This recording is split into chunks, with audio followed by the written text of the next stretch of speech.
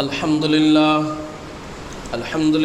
نحمده ونستعينه ونستغفره ونؤمن به ونتوكل عليه ونعوذ بالله من شرور أنفسنا ومن سيئات أعمالنا من يهده الله فلا مضل له ومن يضلله فلا هادي له ونشهد أن لا إله إلا الله وحده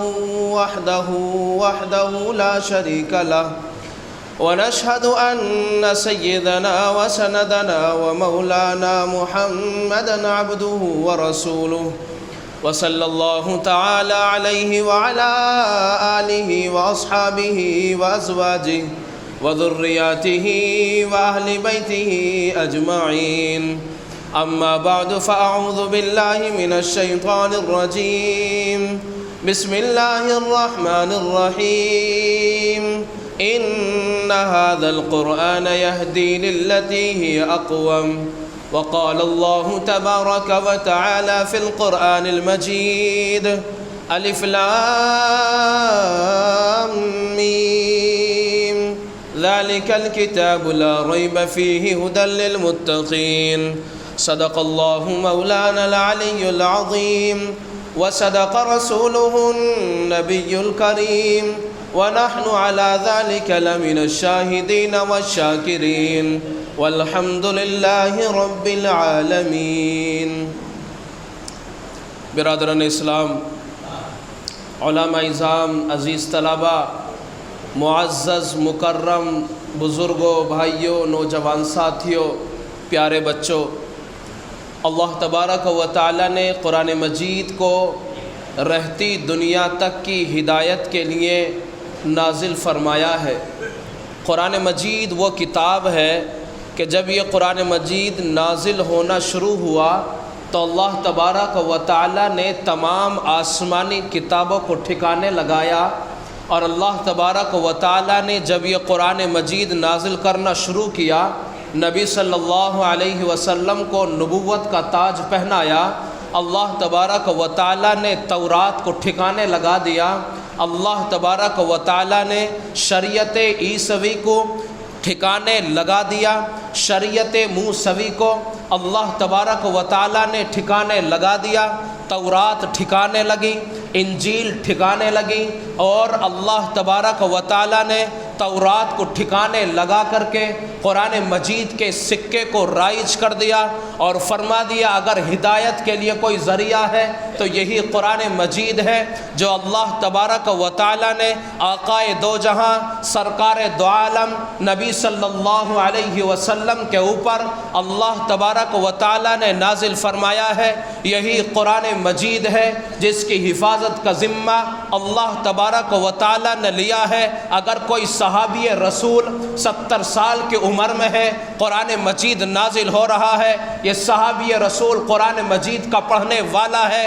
یہ بچہ جو صحابی رسول ہے 7 سال کی عمر کے اندر ہے، بچہ قرآن مجید پڑھ رہا ہے۔ اگر کوئی خاتون 40 سال کی عمر کے اندر ہے، قرآن مجید نازل ہو رہا ہے، یہ صحابیہ پڑھ رہی ہے، اس گھر کے اندر قرآن مجید کی تلاوت کی جا رہی ہے، قرآن مجید سکھایا جا رہا ہے، قرآن مجید کے حلقے لگائے جا رہے ہیں، مدارس تعمیر کیے جا رہے ہیں، گھروں کے اندر ماحول بنا ہوا ہے۔ صحابہ نے اپنی زندگی کے اندر قرآن مجید کو لینا شروع کر دیا، قرآن مجید کو پڑھنا شروع کر دیا، زندگیاں تبدیل ہونا شروع ہوتی چلی گئی۔ یہ لوگ کہ جو شراب نوشی کے اندر تھے، جو جوئے کے اندر تھے، جو زناکاری کے اڈوں پر سجے ہوئے تھے، قرآن آنا نازل ہونا شروع ہو گیا۔ یہ عورتیں جن کے سروں کے اوپر دوپٹے نہیں ہوا کرتے تھے، یہ خواتین جن کو عزت کا تاج نہیں پہنایا گیا تھا، قسم خدا کی قرآن مجید نازل ہونا شروع ہوا۔ قرآن مجید نے فرمایا یا ایھا النبی قل لازواجک وبناتک ونساء المؤمنین یدنین علیہن من جلابیبہن، اے نبی صلی اللہ علیہ وسلم آپ کہہ دیجئے ان خواتین سے، آپ کہہ دیجئے مومن عورتوں سے، آپ کہہ دیجئے اپنی بیویوں سے، آپ کہہ دیجئے مومنوں کی بیٹیوں سے یہ جو قرآن مجید نازل ہونا شروع ہوا اس نے بتایا خواتین کی عزت کو.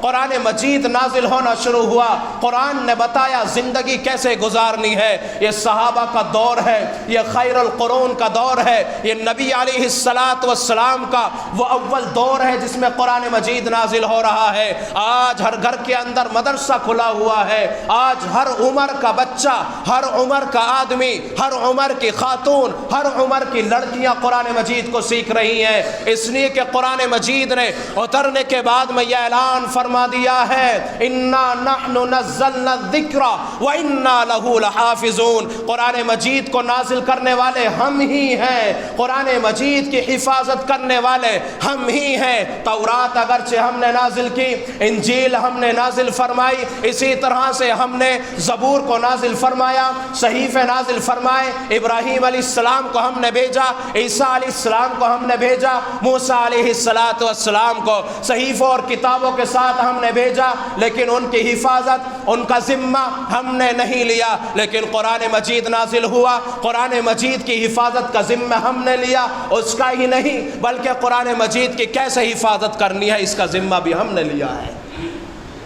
چنانچہ قرآن مجید کی حفاظت کے لیے اللہ تبارک و تعالیٰ نے مختلف دوروں کے اندر، ہر زمانے کے اندر، ہر اعتبار سے، ہر دور میں، ہر خاندان میں، ہر قبیلے میں، ہر شہر میں، ہر دیہات میں، اور ہر چاہے چھوٹی ہو بڑی ہو، کوئی بھی سٹی ہو کوئی بھی شہر ہو، اللہ تبارک و تعالیٰ نے حفاظ پیدا فرمائے ہیں. اس لیے کہ حفاظ کی ذمہ داری قرآن مجید کو حفظ کرنا اور اس کو اپنے سینے کے اندر محفوظ فرما لینا. جب ہندوستان کے اندر، ملک کے اندر، اس ملک پیارے وطن کے اندر جب انگریز کا ناپاک سایہ پڑنا شروع ہوا، اس نے چاہا کہ قرآن مجید کو ختم کر دیا جائے.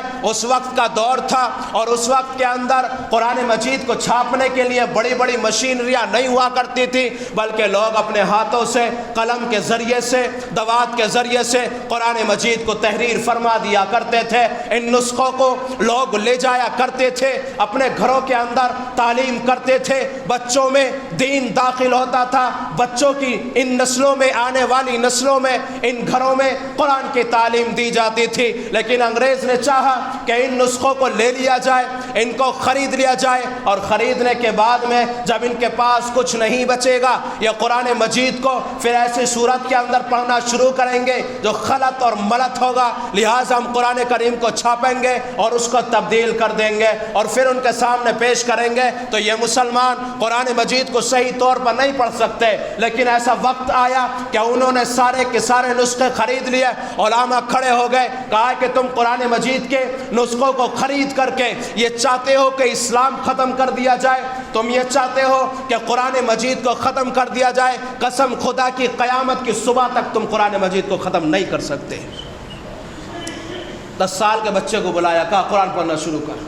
بچے نے قرآن پڑھنا شروع کر دیا. کہا کہ بڑی عمر کا لگتا ہے تجھے. 6 سال کے بچے کو بلایا، قرآن مجید پڑھوانا شروع کر دیا. کہا کہ اس کے پاس میں قرآن ہے. عیسائی نے کہا، انگریز گوری چمڑی والے نے کہا اس کے پاس قرآن نہیں ہے. کہا یہ تیرے سامنے فٹافٹ پڑھتا چلا جائے گا. اور قسم خدا کی جیسے چھوٹا سا بچہ الف سے لے کر یا تک اس کو پڑھنا شروع کرتا ہے، بچے نے قرآن کو الف لام میم سے لے کر کے والناس تک قرآن مجید کو ختم کر دیا. غلطی نہیں آئی. غلطی قرآن مجید کے اندر زبر کی، زیر کی، پیش کی، کھڑے کی، کھڑی زیر کی کوئی غلطی نہیں ہوئی. انگریز اپنے دانتوں کے نیچے اپنی انگلی کو دبانے کے اوپر مجبور ہوا اور اس نے کہا کہ قرآن مجید کو کبھی بھی ختم نہیں کیا جا سکتا. آج ہر زمانے کے اندر حفاظ ہمارے درمیان میں موجود ہے. آج ہم نے اپنے حفاظوں کو جو ہمارے گھر کے اندر حافظ قرآن بڑے ہلکے میں لے رکھا ہے اور سمجھتے ہیں یہ تو سوکھی روٹی کھانے والے ہیں، یہ چٹائی پر بیٹھنے والے ہیں، ان کا دماغ آگے کام نہیں کرتا، ان کی دوڑ سے مسجد تک ہے، مدرسے تک ان کا دماغ کام کرتا ہے. یہ چندے کا بٹورتے ہیں، چندے کا کھاتے ہیں، زکوٰۃ کھاتے ہیں، صدقات کھاتے ہیں. اور قسم خدا کی اللہ کا شکر ادا کرو کہ جن کی بنیاد پر تم زندہ ہو، تمہارے ایمان کو چٹکیوں میں ختم کر دیا جائے گا، تمہارے سینوں سے ایمان کو کھینچ لیا جائے گا، تمہارے دماغوں سے الف لام میم نکال لیا جائے گا، تمہاری دماغوں سے نماز کا جو جنون چڑھا ہوا ہے نکال لیا جائے گا، جو اسلام تمہارے دماغوں میں پیوست ہے کھینچ لیا جائے گا، تمہیں پتہ ہی نہیں چلے گا. یہی چٹائی پہ بیٹھنے پڑھنے والے حفاظ ہوتے ہیں، یہی چٹائی پہ بیٹھنے والے الف لام میم پڑھنے والے، یہی چھوٹے چھوٹے معصوم بچے جب لوگ سوتے رہتے ہیں، صبح جب تک سورج نہ نکلے، سورج ان کے اوپر نہ پڑے، اس کی تپش اس کی گرماہٹ نہ پڑے، بستر کو چھوڑنے کے لیے تیار نہیں ہوتا، یہی 7 سال کا بچہ ہے، چٹائی کے اوپر بیٹھتا ہے، صبح 4 بجے سے صبح صادق سے پہلے قرآن پڑھنا شروع کرتا ہے، اور قسم خدا کی اللہ نے عذاب ان کے بنیاد پر روک رکھا ہے۔ یہ چھوٹے سے معصوم بچے قرآن مجید پڑھنا شروع کرتے ہیں، کس کی بنیاد پر عذاب روک رکھا ہے؟ یقینی بات یہ ہے کہ اللہ تعالیٰ نے ان لوگوں کی وجہ سے ہم لوگوں کو چلا رکھا ہے۔ آج ہم لوگ ان کو بڑا برا بھلا کہتے ہیں، اپنے بچوں کو حافظ قرآن بنانا نہیں چاہتے، کیوں؟ کہتے ہیں کہ کیسا کھائے گا، کہاں سے کھائے گا، اور جب یہی مولوی بن جاتا ہے کہتا مولوی بڑا کھاتا ہے، پیٹ نکلے پڑے ہیں ان کے چندہ کھا کھا کے۔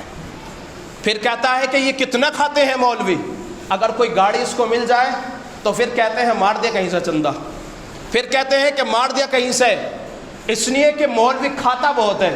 اور جب بچے کو بچپنے میں کہو کہ بھی حافظ قرآن بنا لے اس کو، تو کہتا ہے کہاں سے کھائے گا، اس میں ملتا کیا ہے؟ 7-8 ہزار روپے اس کو بچے کو ملتے ہیں، اور اگر کوئی کسی موقع پر زیادہ مل جائے تو پیٹوں میں درد ہونے لگتا ہے۔ اس بنیاد پر حافظ قرآن کو حافظ قرآن نہیں بنایا جاتا، بچے کو حافظ نہیں بنایا جاتا کہ کھائے گا کہاں سے۔ یاد رکھو، اگر بچوں کو حافظ قرآن آپ لوگوں نے نہیں بنایا تو آنے والی نسل آپ کے بغیر قرآن کے پیدا ہونے والی ہے۔ آپ کو تو چاہتے ہیں کہ آپ کو مٹا دیا جائے، آپ کو چاہتے ہیں قرآن آپ سے چھین لیا جائے، آپ کا تو رہنما ہے قرآن، آپ کی تو گائیڈ لائن ہے قرآن، آپ کو تو قرآن بتاتا ہے کیسے زندگی گزارنی ہے۔ آپ جیتے کس بنیاد پر؟ قرآن کی تو بنیاد پہ۔ قرآن نے آنے کے بعد میں تو سب بتایا ہے۔ مجھے عام بتاؤ، سائنس کیا اسلام سے پہلے تھا؟ کیا سائنس قرآن سے پہلے تھی؟ اگر تھی تو مجھے بتائیے۔ یقینی بات یہ ہے کہ آپ کو سائنس قرآن سے پہلے نہیں مل سکتی۔ آپ کو ٹیکنالوجی جو آج آپ کو نظر آتی تھی پہلے، کیا لوگ پہلے نہیں تھے؟ اسلام کتنے دن کا ہے؟ قرآن کتنے دن پہلے آیا ہے؟ 1450 سال پہلے، حالانکہ حضرت ابراہیم علیہ السلام کے زمانے کو 5500 سال سے زیادہ ہو گئے۔ حضرت نوح علیہ السلام کا زمانہ ہے، کیا اس وقت میں لوگ نہیں تھے؟ حضرت آدم علیہ السلام سے لے کر آج تک انسان چلتے آ رہے ہیں۔ کیا اسلام سے پہلے، قرآن سے پہلے سائنس تھا؟ کیا ہوائی جہاز، ایروپلین اور یہ سب چیزیں تھیں؟ یقینی بات یہ کہ نہیں تھی، یہ ساری چیزیں قرآن سے تو لی گئی ہیں۔ اسلام سے پہلے، قرآن سے پہلے تھا اس چیز کا تصور کہ یہ دنیا کیسے بنی ہے۔ قرآن نے آپ کو تو بتایا کانتا رتقا ففتقناہما، یہ دونوں ملے ہوئے تھے، اللہ نے ان کو علیحدہ کیا ہے۔ یہ کیسے وجود ہوا سب چیزوں کا؟ یقینی بات یہ ہے کہ قرآن نے آنے کے بعد میں بتایا ہے کہ ساری چیزوں کا وجود کیسے ہوا ہے۔ یہ لوگ کہتے ہیں کہ ٹیکنالوجی ہے، سائنس ہے۔ سائنس کہاں سے آئے؟ یہ تو پہلے سے لکھا ہوا ہے، دیکھنے والوں کے لیے تو بہت ہے قرآن میں۔ اس لیے میرے بھائیوں، اپنے بچوں کو حافظ قرآن بنانے کی کوشش کرو۔